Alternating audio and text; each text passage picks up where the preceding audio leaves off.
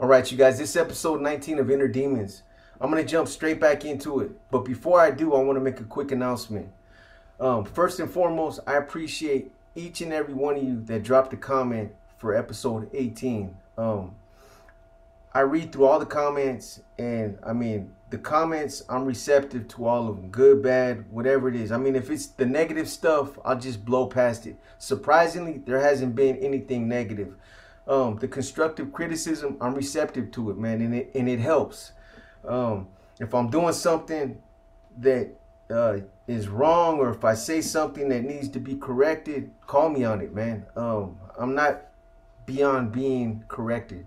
I don't have there's no ego in this right here. This is, I'm giving this to you guys for you guys. This is for you. But like I said, if there's something that I'm doing, call me on it. That I'm doing wrong, call me on it. You know, the one thing I do want to say is there was a couple of viewers that made a comment with respects to, like, come on, Boxer, you know, episode 18 was pretty much the same stuff that you talked about in 17. Listen, oftentimes I'll recap on stuff that I mentioned in the prior episode, but there's a reason for that. A lot of the time, some of the viewers will ask questions about certain things, and I'll recap on it, or I'll retouch on it to help fill in those voids or those gaps, or to help them understand something that they're not getting, man. Everybody doesn't have the same kind of perspective. I just touched on that in that last episode. So some people get it, some people might not understand the lingo, some people might not understand how politics work, or whatever the case might be. That's why I do it. But I get it, man. I'm not making excuses for myself, but look, I went on like a 3-week hiatus. You guys already know the situation, my medical stuff, and then there was just other stuff beyond YouTube that I needed to tend to. Like I told you guys yesterday, my plate's cleared now. I don't have nothing else going on, so I'm gonna try to get back to consistency, where, you know, I'm not dropping one episode a week or one episode a month, you know what I'm saying, because then it starts to affect you guys and you know, your interest, or you guys being able to follow along, you know, when too much time lapses between episodes. So I'm on it, man, you know what I'm saying. You'll be getting a lot more episodes of not just Inner Demons, but other content.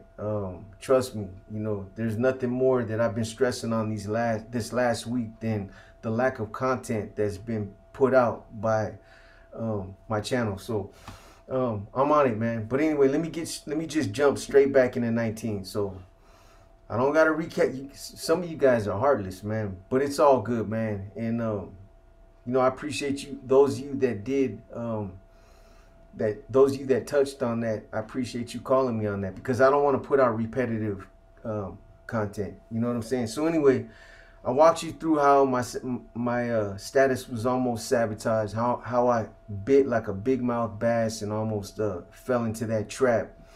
Like I told you, Joel Lopez and Dopey Trevino from San Jose, both of those individuals locked it up.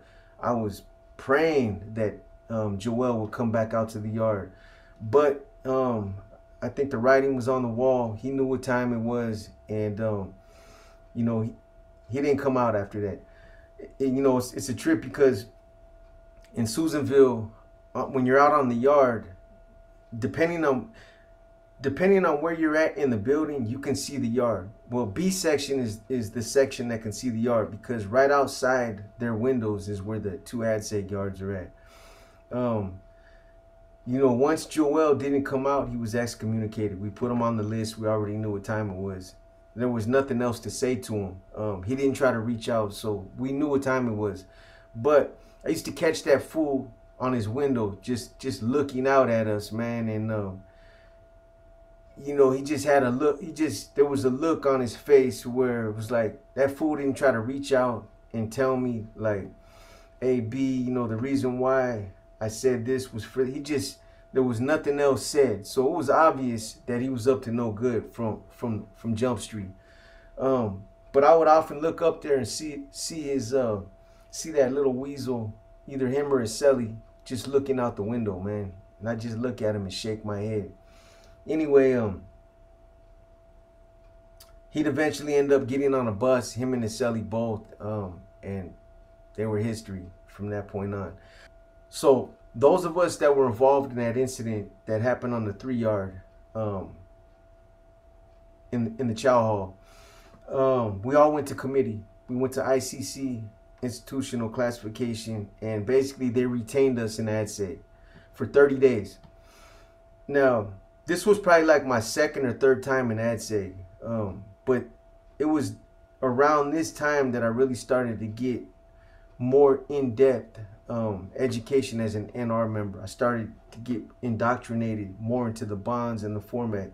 And I'm not going to get too technical with this, but you know, the way that the classes worked in over, at least, I mean, it's pretty much the same way in all oils or ADSEGs. It's like we'll go out to the yard and there's a maestro that's been designated to be the maestro. It's like every other position. You got your exercise coordinators, your OA, your securities, your squad leaders. So you got a maestro, and his responsibility is to educate everybody in that household, all the hermanos, and on different levels. There's some hermanos that are more educated than others, and you know, there's some that are more advanced. So it's on him to evaluate everybody and to basically educate everybody that's there. I was young. Again, I was 21 years old, so I was starting from scratch. We started with the bonds and the format, Over the years, I would continue to go to the oils time and time again, and it would be the same thing, just the same stuff, just different faces. Bonds format, weaponry, mainline training, sign language, covert communications. You know what I mean? The things, the areas of schooling that were mandatory and that I would always study were weaponry, mainline training, sign language, covert communication, which was also Nawa, but that didn't come in Susanville. Nobody there knew Nawa. They didn't have the I don't think nobody was even exposed to it. None of us that were there. A lot of us were first termers. Weaponry, the 7 phases. This was all old schooling, but these were the areas that I would consistently be educated on over the years. So, you know, the way that it's done is you'll have a maestro, and basically we'll go out to the yard and we'll do the máquina, get our physical exercises out the way, and then the maestro will call Glesha, and then we'll go to a corner, we'll form a circle, and say we're gonna study bond 1. The maestro will recite bond 1, and then he'll be like, okay, boxer, what does bond 1 mean to you? And then he'll go down the line around the circle, and everybody will give their breakdown of what bond 1 means. And then the maestro, you know, he'll give his verbal definition.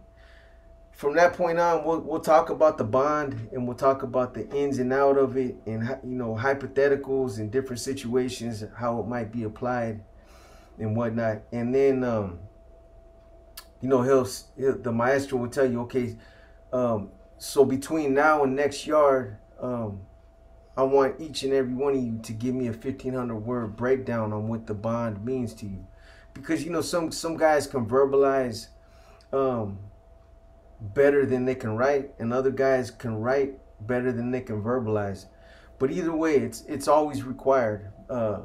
Verbal and written breakdowns have always been required throughout the years. So we'll go back in the cell and we'll write like a 1,500 word breakdown on what the bond means, and it's done just like school, just like you remember going to school when you were in 5th grade, and the teacher would tell you, little Danny, today's assignment is she'll give you a topic, and then you take that home and then you do your homework. it's the same way. You know, we'll go in the cell, we'll write a 1,500 word breakdown on it, and then we'll shoot it to them. However, we'll fish it to them or get it to them however we can get it to them. And then, you know, like when I was a maestro, I would gather all the essays and then I go through them. Each and every one, I read the entire breakdown, and, you know, if they were on track, there's nothing for me to say, but give them a kudos at the end. If they were veering off course in any way, in their breakdown, I would circle it or be like, hey brother, right here, you know, you talk about this, but in reality, this is what the bond, this is the true definition of it. Because although some people might look at what, you know, might read the bond on the end and assume that this is the interpretation, that's not always the correct interpretation. There's a correct interpretation, but only if you've been exposed to that schooling, you'll know what it is. So that's what he do. That's what I used to do as a maestro. I'd circle it and hey, you're on the right track, but this means that, and this is the reason for this. This is the reason for that. And like I said, at the end, you know, I stick them little gold stars on there and put the little smiley faces. I'm bullshitting, man, but it's the same way the teacher used to do, and they used to put little stars and smiley faces on there. You give them a kudos and tell them, good job, brother, you know what I mean? Keep striving, keep pushing, man, you know, to keep them motivated. So anyway, but that's when I started getting more exposed to that part of it, the schooling. When you're out there on the main lines, you're not really getting educated on that stuff, man. It only happens when you go to the oils. Every time I was out there, although it wasn't that much, when I was out there on the main line, we never studied the bonds. We never went over the format. We never did none of that stuff. So the schooling always kicks in whenever you go to the holes or the administrative segregations, or you go to the shoe program. That's when you really get laced up. So for the 30 days while I was there in ADSA, that's what I was studying: covert communications, the bonds, the format, weaponry, the 7 phases, a lot of hypotheticals, and that kind of stuff. Now, at the end of the 30 days, when it came time for us to go back to classification, this is what ended up happening. So a lot of the brothers that were involved ended up going in, and they basically said that classification just gave them, you know, put them on a bus and told them that they were going to transfer them out to a different prison, to a different level 3 prison. Some of them, their points went up and they were level 4s. They didn't know who did what or who was in. They knew who was involved, but they couldn't pinpoint who actually done the stabbings, who actually done what. So they knew all 7 of us were involved, obviously, but that's it. So when me and Chente was Chente was in a cell with somebody else. I forget at that time who he was celled up with, but anyway, I went in to classification, and classification basically, they asked me if I wanted to go back out to the yard, and I told them, hell yeah, I'll go back out. And from that point, I had to sign something that released liability, because they basically said, you know, if you go back out, you know, chances are that the Sureños are going to retaliate, because they probably either they know you were involved or they think you were involved. And I told them, I don't care about that. I can go back out program. I'll be cool. So they released me. Classification said, okay, after I signed release of liability, they released me back out to the 3-yard. I didn't go right away. You don't go right away. You end up getting kicked out later that night. So anyway, I go in and they kick me out. Chino goes in, they put him on the bus. Paco goes in, Paco from Sacramento, they put him on the bus. Tony Ochoa goes in, I believe they put him on the bus. Everybody got put on the bus except for me and Chente. Chente went in and did the same thing. They asked him if he wanted to go out, and they gave him that whole speech about him being the target and them not being responsible. And he was like, I'm good, man. You know what I mean? I wasn't involved in shit. I got hemmed up for no reason, so I'm good to go. So I ended up finding out later on that day that, you know, once the homies got at me, I got at Jasper and Chino, and I let them know, hey, they're kicking me back out to the yard, right? I told them, I'm not gonna go out there and stay out there. I'll be back. If I don't come back tonight, I'll be back as soon as I can get a target. And that's when I was basically told by them, hey, Chente is getting kicked out as well. So both of you brothers are going back out. So Wino, my celly, he ended up getting put on the bus too. But you know, I told Wino, I told him that, you know, that same day I went to classification, I was like, man, bro, I'm gonna go back out there and just come right back. You know what I'm saying? I'm gonna go out there and do what I gotta do, because I know damn well I knew I was a target. You know, I mean, the administration even knew it. So anyway, what ended up happening is later on that evening, after chow time, after dinner time, they ended up calling me, and they called Chente. So they told us to pack it up. You know, I pack up all my shit, and you know, I tell Wino, I'm gone, bro. I'll be back. Don't be surprised if I'm back tonight. If not, you know, like I told the homies, I'll be back as soon as I can. As soon as I get a target. I'm not gonna sit out there and be a target. I'm not gonna get preyed on, man. You know what I mean? So anyway, they end up dressing us out. They dressed us back out in the clothes that we came in. I had on state issue shit. That night when they came in, yeah, well, that night when we went into the chow hall, we were all state issued up. You know, we all knew we were going to the hole. You're not gonna go in. You're not gonna go do something like that. Go and kick off a melee like that, and not go to the hole. You know, so they dressed me out in my blues. They dressed Chente out. So we went back out.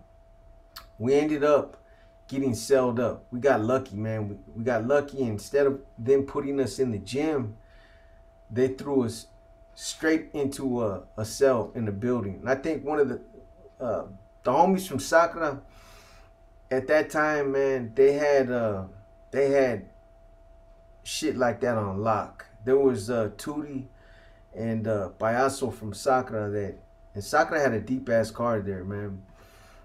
They were set tripping like a motherfucker there. So it was basically, it was Tootie from Sakura, Payaso from Sakura, and then they had Nico from Stockton, Nico San Nicolas.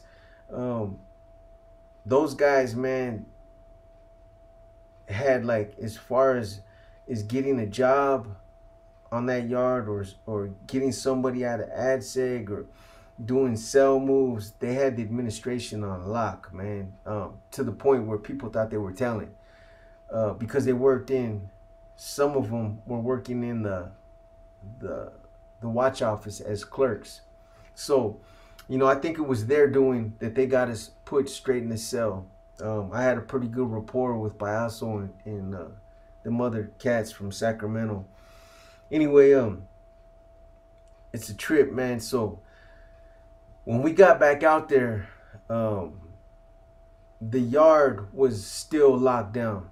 It was locked down, but they were doing control feeding, or it was modified program, because the Africanos in the woods, they weren't locked down. They were running straight regular program for them guys. But the Norteños and the Sureños were on modified program. They let the Norteños out for a while, and then for a couple hours they let them hit the yard, and then they get locked up, and then they let the Sureños out. So, you know, they were doing modified program, and they were doing control feeding, where I don't remember if it was like the from 18 to 26. The younger crowd and then the older crowd would go eat together. If it was just building 1 and building 2 sureños, and then building 3 and building 4 or 5 sureños, and it was modified. So when we got released from ADSEG, I ended up going to building 5. They put me in a cell. I know Turi and Payaso did that. They were looking out for me. Chente got thrown in the gym. He got put in the gym. I ended up getting a cellie from Stockton named Cuete. I can't remember his last name, but his brother was out there too. Cyclone was his brother, the Rodriguez brothers. Cyclone, I want to say his name was Caesar or something. Anyway, he ends up selling up with me. He just drove up. He came from another prison, I believe, and they put him in the cell with me. He didn't even have state blues. He still had on a red jumpsuit. And when he got there,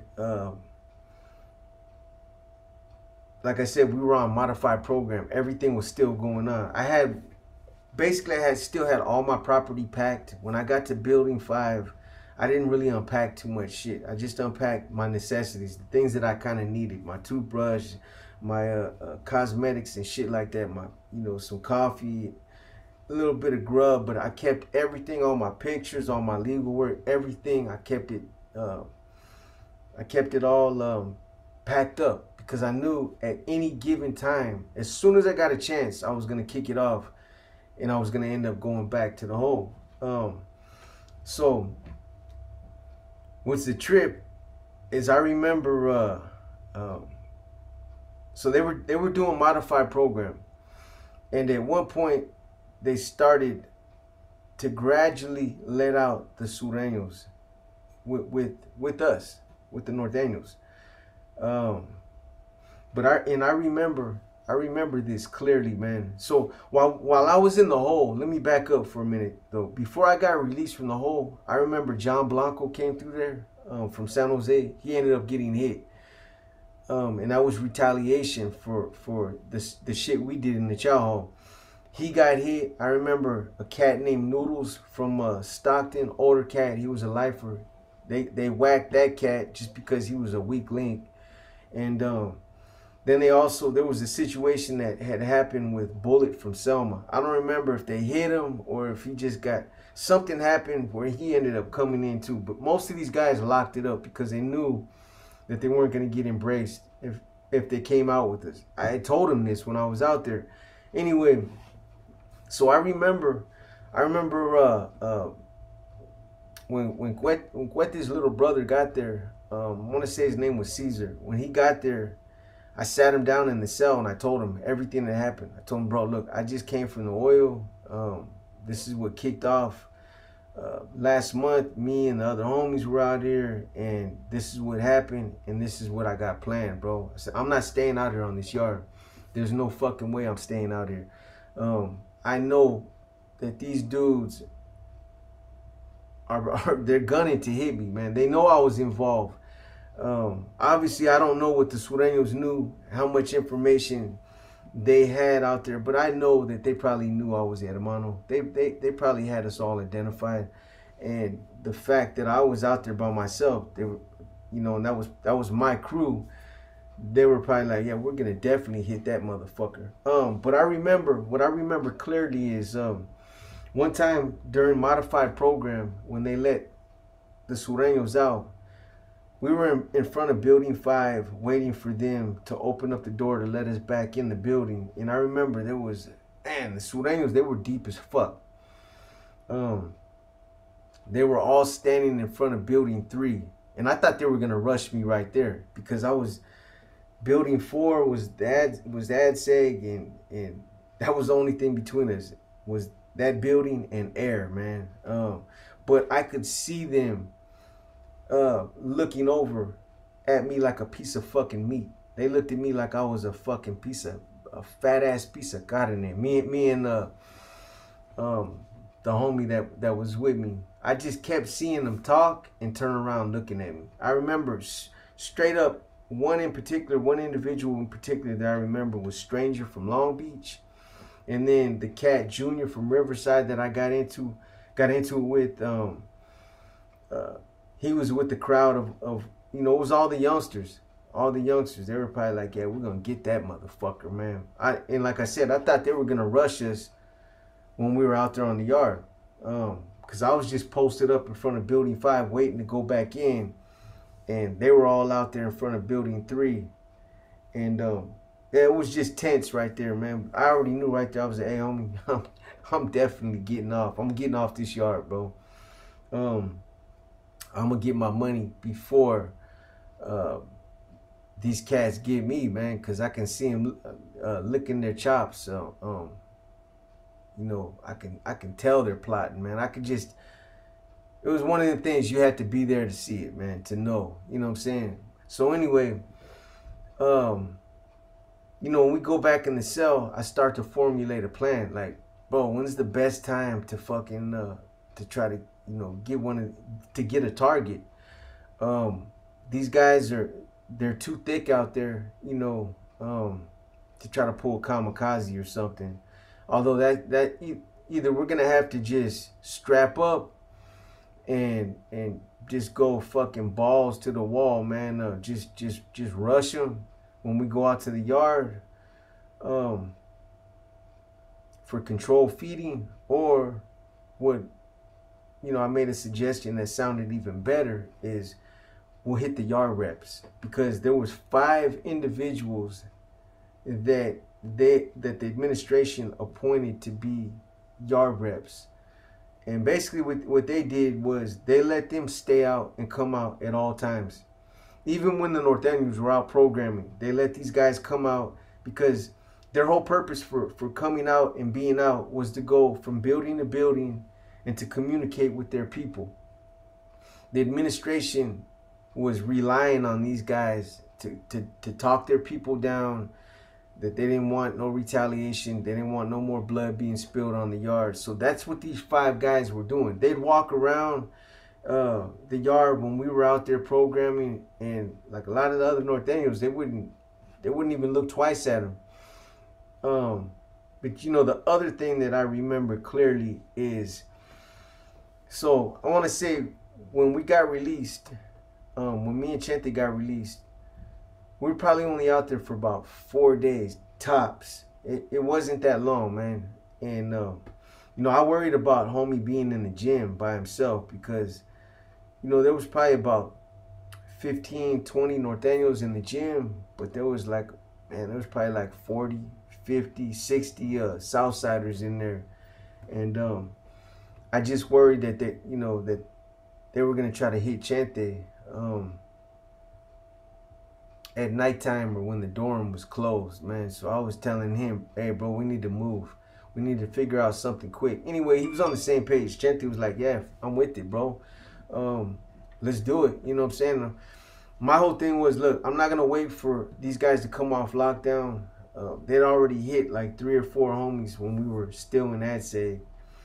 And they weren't done. You know what I mean? The Southsiders, they wanted get backs bad. And although they had hit some pretty good targets, they hit John Blanco. I think they wanted an NR member.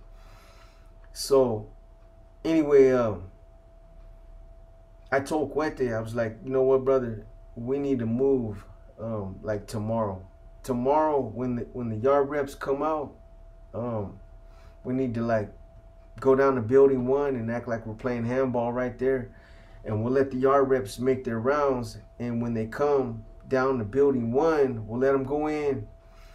And then when they come out and they're like on the walkway right there where we're playing handball, we'll just fucking take flight on them right there. One of them was actually Smokey from Harbor. And he was actually one of our original targets in the chow hall. He didn't get hit. He didn't get stabbed. He just got cracked in the eye by Chente. Chente was one of the smallest homies on the yard, but Chente was a solid little dude. He wasn't a hermano. He was just a Norteño. He was probably like 5'4", 5'5", But the little homie was a down little homeboy, man. I got a lot of love and respect for that dude. So anyway, the other thing I remember about being on the yard with a lot of these same norteños that I talked to before we went in on that original, the first time when we went in the chow hall, is a lot of these homies would be out on the yard and none of them wanted to be around us, man. It was fucking, it couldn't have been more obvious. So they knew that the Southsiders wanted to retaliate, and they knew that we were targets without question. The whole yard knew it, man. The whole yard knew it, cause you know, being a hermano, it was I was obligated to stay out on the yard and do yard patrol, conduct yard patrol all day. So that was my routine. I would, even though we were on lockdown, I come out early and I pick Chente up at the gym, and all day we'd be out there. And so I told Chente what the plan was, that me, him, and Cuete, and I was gonna see if I could rally up a couple more homies to go do something in front of Building 1 and to basically hit the yard reps. And Chente was like, yeah, bro. He's like, I'm not feeling comfortable on this yard either. You know, I'm rolling with you. I'm with you, bro. You know what I mean? It's not even a question. So anyway, we formulate a plan, but in the meantime, you know, the homies that were out there, man, the same ones that I'm sure dropped kites on us, it was like we walk up to a table where there'd be about 5 or 6 homeboys, and I'd be like, what's up, homie? And I shake everybody's hand. Homeboys from Stockton, from Sacramento, from all over. And within 10 minutes, they'd all be gone. One by one, they'd get up and walk away because they didn't want to be around us. It was like we were fucking lepers, man. They knew that we were going to kick shit off or that we were going to be targets. So they didn't want to be around us, man. And it was just something, like I said, it was obvious. I told Cuete in the cell, I was like, damn, bro, these motherfucking homeboys it's sad, bro. You know what I mean? That they didn't only turn their backs on us the first time, but bro, you see how quick they fucking get up and walk away? Nobody wants to be around us. He's like, yeah, man, I tripped on that too, man. He was like, you know, I don't know anybody out here. I just got here, but it's something that I recognized myself, and it was just like, damn, why is everybody shying away from us like that? It was discouraging, man, to say the least, man. You know what I mean? But I was taking mental notes. I was like, yeah, you know, it's all good. These cats end up coming to the oil, they're gonna have issues. Every last one of them. Coward ass motherfuckers, man.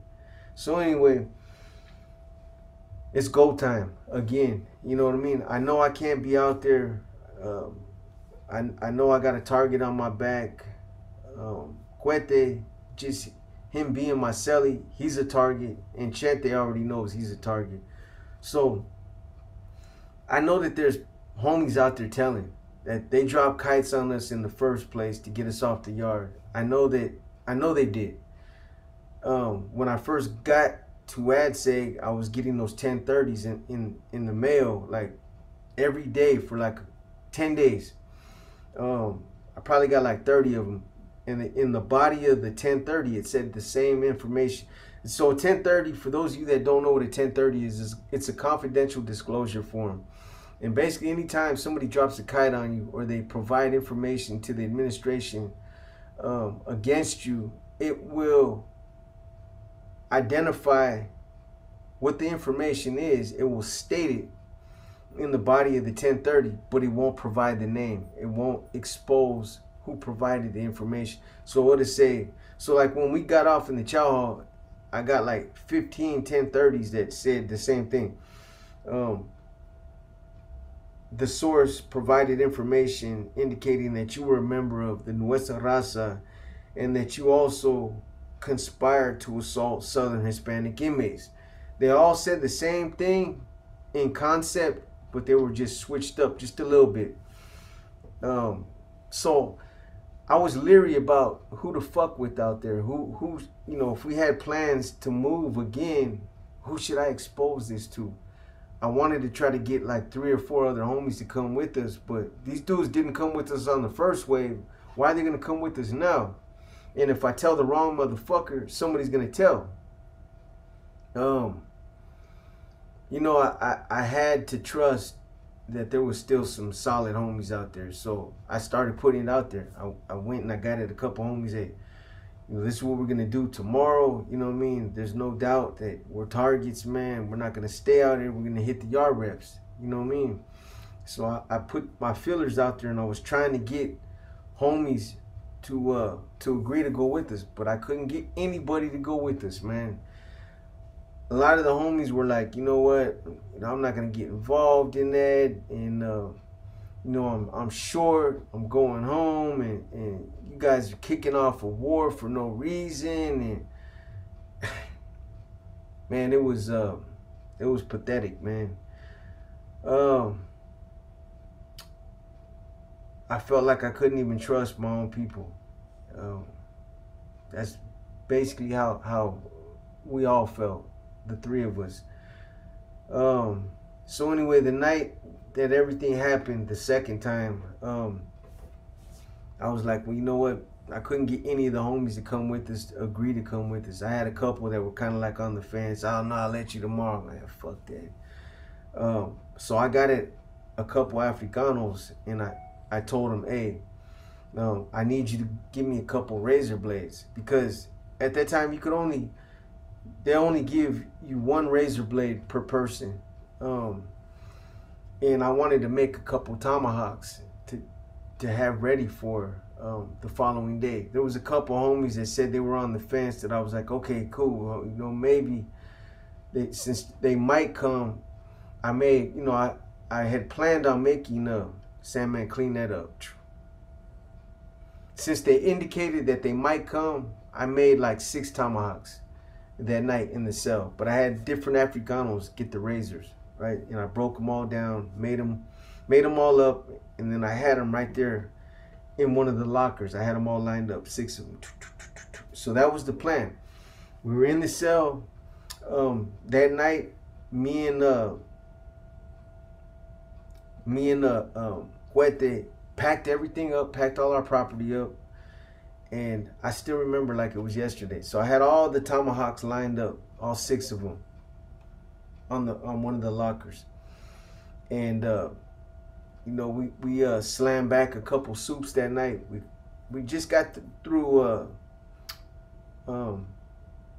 hooking up a little lightweight spread, and I was just finishing up my soup. And I'm standing by the door. Homeboy's on his rack. You know, he's laying there, and we're just chopping it up. And I'm by the door. I'm leaned up against the door with my foot on the wall, finishing up my soup. And I'm standing there looking down in the building out there in the day room, and I see the what do you call it? I see the rotunda gate open up. The gate that leads out to the yard. I see that rotunda gate open up. It opens up. As soon as it opens up, I see 1, 2, 3, 4, 5, 6, 7. 7 COs come through that motherfucker in a straight line. All 7 of them, as soon as they came in, their heads turned and looked straight up at our cell, 236. As soon as I seen that, I told them, they're coming, bro. Flush them. Start flushing those motherfuckers. We're gone. Somebody told on us. I finished up my soup, threw my bowl on the table, and straight up, man, they came right up in front of the fucking door. 236, got the controller, open up the door, and then they said, you guys come out and assume the position. Put your hands up on the wall so we can search you. And that's what we did. They searched us. Yeah, they searched us. They ended up cuffing us up, and then they walked us back over to AdSafe. Luckily, they didn't end up keeping me in fucking cuffs for 7 hours like the first time. But They ended up walking us right next door. We were in building 5. They walked us right next door to building 4. And me and Cuete went in first. They put us in cages. And probably like 10, 15 minutes later, they walked Chente in. I just looked and laughed. And was like, yeah, you too, huh? And he was like, yeah, bro. He's like, yeah, you know what time it is, man. And that would be the last time I would ever see a mainline again. That was it. From that point on, the administration there and the gang intel officers at Susanville moved to open up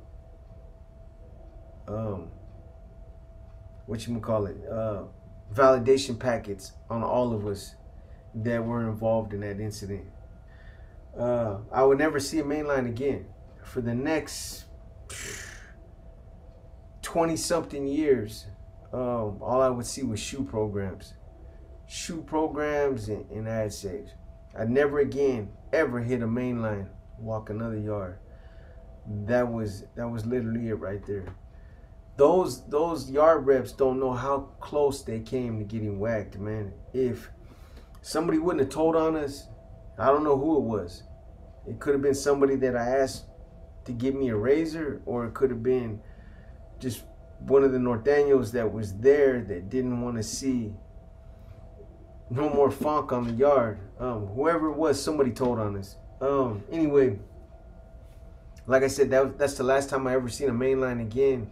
From that point on, I would stay in AdSeg for the next, I don't know, I think I stayed in Susanville in the AdSeg for another 17, 18 months until I paroled. Episode 20, I'll be talking about more incidents that occurred while I was in the oil. Like I said, I caught a couple stabbings in there. There was all kind of drama that happened in Susanville's AdSeg.